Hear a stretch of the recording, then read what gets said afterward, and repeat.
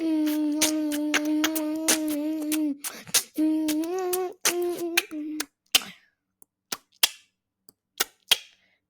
team. So today another episode where I go solo, but we're in the recording studio, and I hope you enjoy today. Today I was really struggling to think about what was needed in the episode, and it's really ignited me at the end of it. Like I said what I needed to say, and I feel good about it. So it's just about challenging where you're going, what you're doing, how you're feeling about it, and why you might be feeling a bit down. I really want us to think about what do you want to get out of life, and especially towards the end, start to get some really good points. I had a discussion with Ray yesterday, and I hashed that out on the episode right near the end. And I think it's only 20 minutes. So enjoy. Let me know what you think. Leave some comments. Share it with a friend that might need to see this. That you can't communicate to them, but you can communicate via me.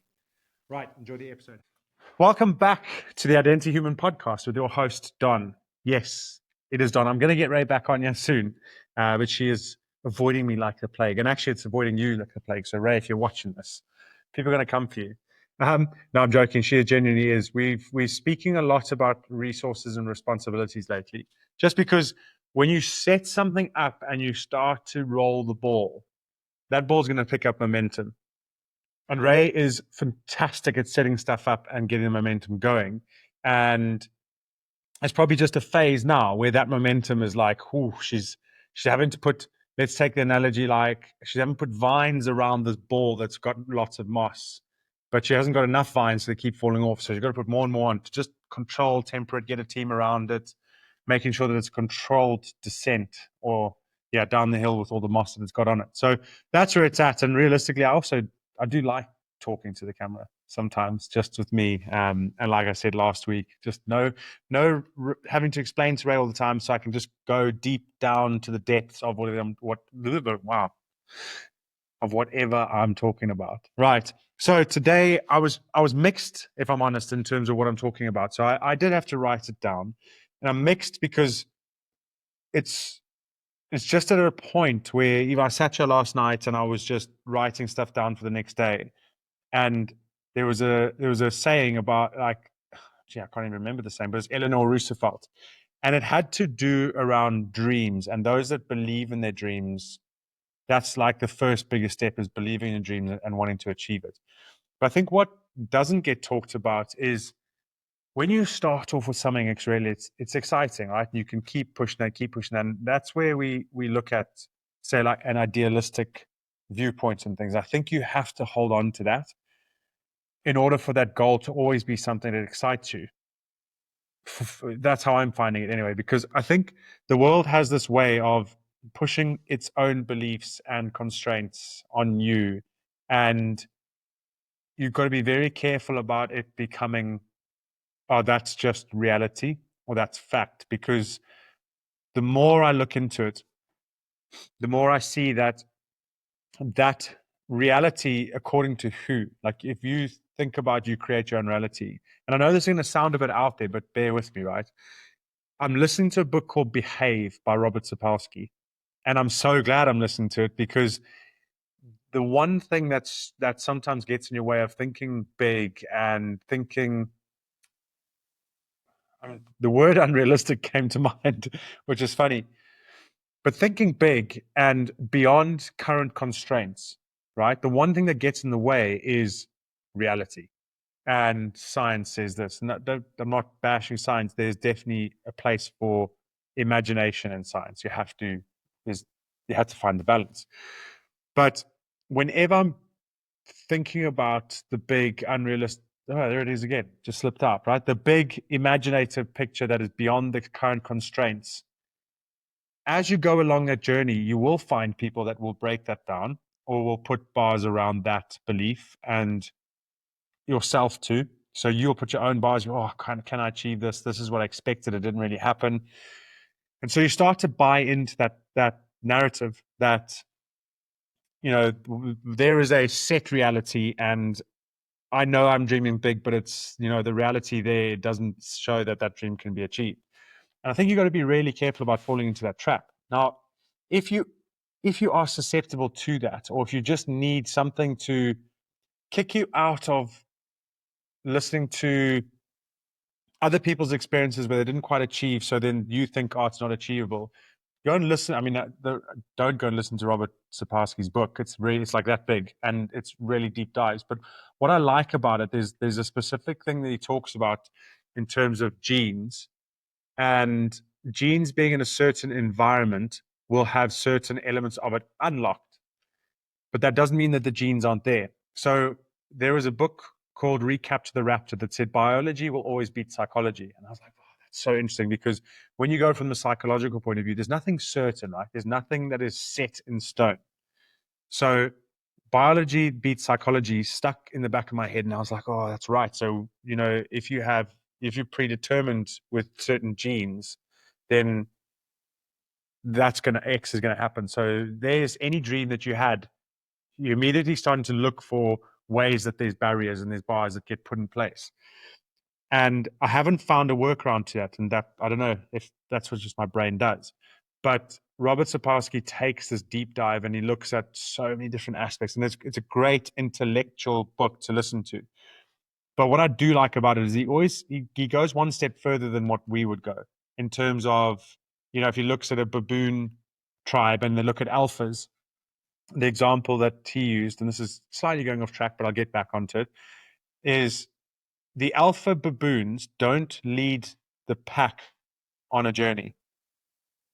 It's the old lady matriarch, not because they don't hold the matriarch position. It's the old lady baboons that lead the way because they've been there before, but they're not the alphas.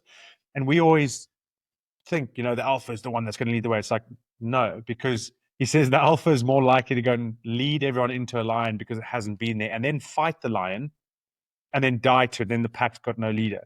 So the pack doesn't actually follow the alpha. The alpha is there because he is the strongest, most vicious baboon in the pack. That's why he's the alpha. And he's also more likely to protect his own lineage as opposed to anyone else's. So the point of that is he took a baboon study that they talked about the alpha, the beta, the alpha baboons, the beta baboons, and whatever you want to go down, Charlie, Delta, all that, the ranking of that, the hierarchy. So the alpha always beats the beta always beats the one down from it, but the beta won't beat the alpha. And we look at that baboon study and you go, okay, there's a hierarchy. Even in nature, there's a hierarchy. But I want to bring this to like, yes, there's a hierarchy, but you also have to rely on experience, and everyone has their own strengths. So even within that hierarchy, there's an understanding that the hierarchy is for a certain purpose. Where this led on to was you're talking about genes in a certain environment. It also talks about testosterone. That's where the alpha baboons came in. That's how my mind links it. So the testosterone, when people were injected with extra testosterone, or not injected, given extra testosterone and a placebo, he said that it wasn't the testosterone that made people more aggressive. It was the testosterone that made a dormant aggression come alive. Or if people got told that testosterone makes them more aggressive, they then became more aggressive because they thought it was. So that for me was quite big amongst a lot of other things. So I know I am cherry picking here, and I know it might not make sense, and my ramblings that's just what it is in my head.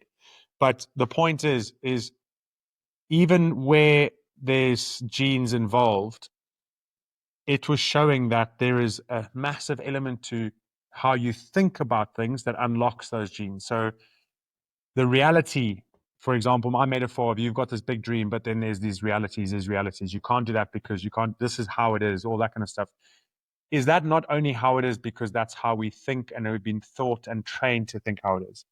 And that's an important point to think about if you're on a journey for yourself, if you have a dream and you get to a point where you're doubting yourself, you're doubting that dream, or you're doubting whether that's achievable. And remember, that's directly linked to the thoughts that you've got going on. And what are you reinforcing? Like if you're getting a failure and you go, oh, maybe this isn't, as soon as you start to introduce that doubt, is that then going to start to create the reality that you're trying to get to, or start to alter that reality you're trying to get to?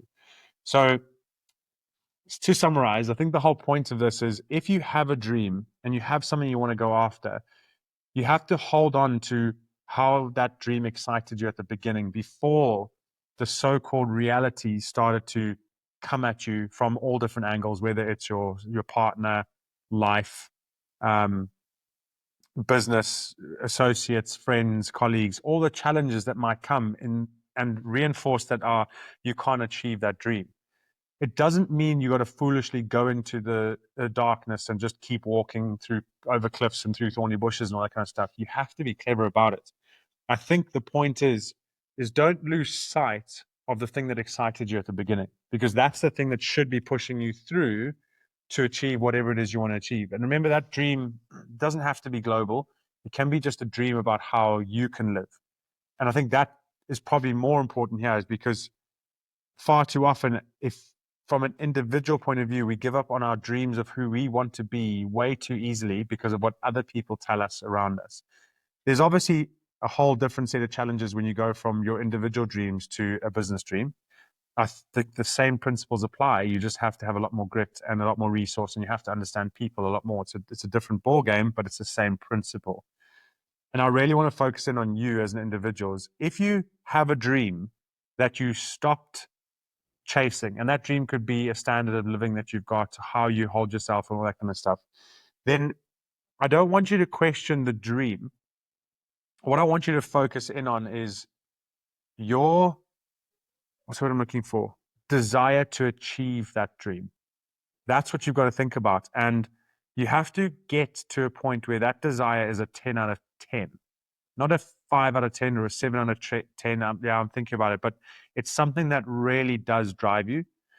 Because if it's not at that level, essentially what you're doing is you're setting yourself up to fail. Because at the times where you have someone that you trust, they give you a moment of weakness, they put a moment of resistance in your way, that's the moment where that 10 out of 10 is going to count. Now, if you currently sit and go, yeah, I have a dream, but I'm not sure if I want it, understand that you want that dream. You probably just haven't specified more things about that dream that awaken something inside you.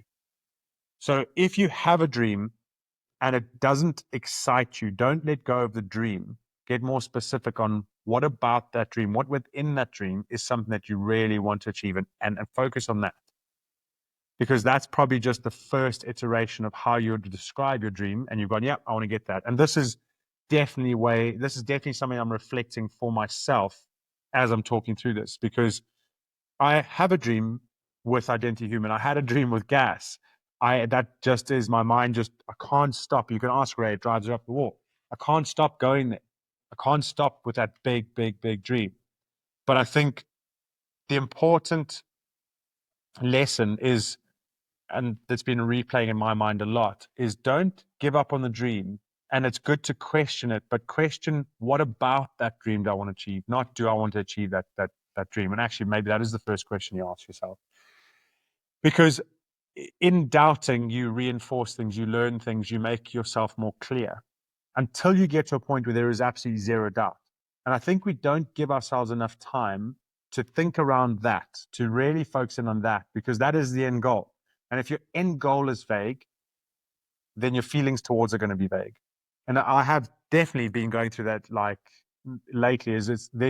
I know that there's this deep, deep desire to achieve this big goal, but I think sometimes if I have nothing to attach that drive towards, then it directly affects the actions that I take now. And I think that's probably the biggest, it's kind of a like on-stream breakthrough, is if your goal is big and you don't have specifics within that goal, then when you sit down to try and take action towards that goal, you won't know what action to take. Does that make sense? So I know that if I, say, stood up on stage and I was talking about Identity Human, I could talk the big goal. I could inspire people towards it. And yes, it's great. All good. Like we're going to connect. We're going to do this. We're going to reinforce what it is to be a good person and have the courage to stand up for what you believe in, but be able to communicate in a really non-violent way. But how do we get there? You don't just start there. You have to start with that end in mind, reverse engineer, and like break those steps down even smaller so that you start to take the right action. And so as I'm sitting here, I'm like, this is my mind I want to be able to remember these things. So I think sometimes we do come with moments of inspiration to forget, but at the end of a timeline, you've got to have your big, hairy, audacious goals that really scares you, and then break it down to like 100 steps or even more, and just start to follow those steps. Make sure they're as small as possible. If you could do that, I think that would be the ultimate form of clarity. Um, yeah, and try that. I think that's the message for today. It doesn't have to be long. Um, I think that was just something I was ruminating about. I was sitting here last night.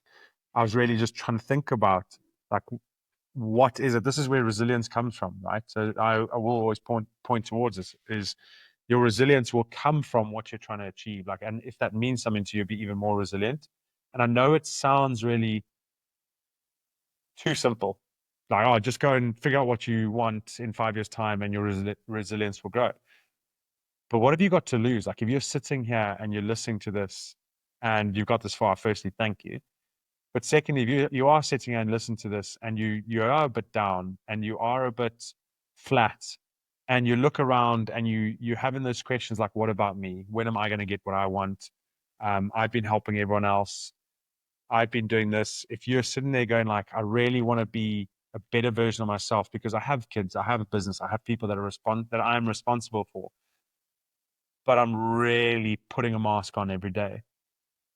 I think at that point, that's where you're still being resilient. You're still getting up and you're going, but I don't think we should be advocating to be able to get up and go all the time just because the feeling is not there. And I know a lot of the times we talk about, oh, it's not about motivation, it's about discipline, but there is another approach where we don't even consider those things. And that other approach is when you're thinking about and you love so much of what you're working towards, you don't need discipline, willpower, emotion, resilience, all these things that got to become like pop culture things to talk about. Let's grow our resilience. I don't need this. Like, that stuff, I promise you, does come naturally. Yes, there are certain things that you can do to build that up, and you probably should do, but it's not as hard as we're making it out to seem. I think what we do is we get told, understand where you want to go. So we set a 6-month goal. No, that's too short. And then you will get, and this is where the problem comes in. You've got some smart aleck, and if you are the smart aleck, listen to this, then you've said this before, that I'm going to challenge you, and you can challenge me back. That's fine. But people should be looking at where they want to be in 10 years' time. You should be looking at who you want to be in 10 years' time. I know things change. Yes, I get it. Things change. You can't predict it. But if that doesn't work for you and you're sitting here and just bobbing around, how's that working out for you? Okay, so if you are sitting and you've got millions and you're super happy and you listen to it, amazing, let's connect because I'd like to learn from you. But I think for the rest of us, the rest of you, the rest of people that you don't, if you don't know who you want to be in 5 years' time or 10 years' time, you've got to start thinking about that. And it's got to really resonate with you, not according to what you've got and who you've got around you and how you are now, but for who you want to be then. And who you want to be then is not relating. It doesn't matter who else is around you then. That's what the beauty of it is. It was really hard to try and determine who you want to be now because there's so many factors that tie in and give you excuses not to. Work towards that 5 years' time, work towards the 10 years' time, even work towards what would people say in your obituary. Obituary? Is that right? I think it is right. What would they say at your funeral about you? What would you say on your deathbed about you? Like, think about those things and start to work towards that. That's that end goal, reverse engineer it. And actually, Ray said it at the table. Was it this morning? I think it was this morning. We were cooking breakfast for the kids, and Miles or was it last time? Miles cooked a supper. It was amazing. He cooked toad in the hole. It was great, but he was disappointed. It didn't work out perfectly. And he's like, I wanted it to be as good as Mum's, and it wasn't, which is very big insight to him trying something and being disappointed, not being able to just enjoy the meal that he'd made because he was constantly criticizing himself. Yes, as a dad, I'm going to be working on that for him because I don't want that to be how he approaches life. But we've got to harness that because there's going to be something in there that's going to help him achieve. So Ray said, you can't think about where you want to be in the future if you don't start creating that now. There was something I need to go back and ask her, but it was so good because I often say, do this for your future self, and everything you do now is going to have a direct consequence in the future. And it was along those lines, but I'd never heard it said in that way, which is like, you have to start creating who you want to be in the future now, because this is it. If you do not start creating who you want to be in the future now, there will be no version of that in the future. If you are not creating your future self now, there will be no future self there. There will be a current self that's just kept going and kept going, kept that rhythm. But if you are not taking steps towards creating the identity that you want in the future, it's not going to arrive. You're never going to get there. And I think the point is like, it's not about having the future identity now. It's about doing the little things that bring that future identity into play the closer you get to it. And that was it. Bang. That was what she said. I thought that was insightful. I think I even gave her a high five and a smile. So that was amazing. I'm going to use that.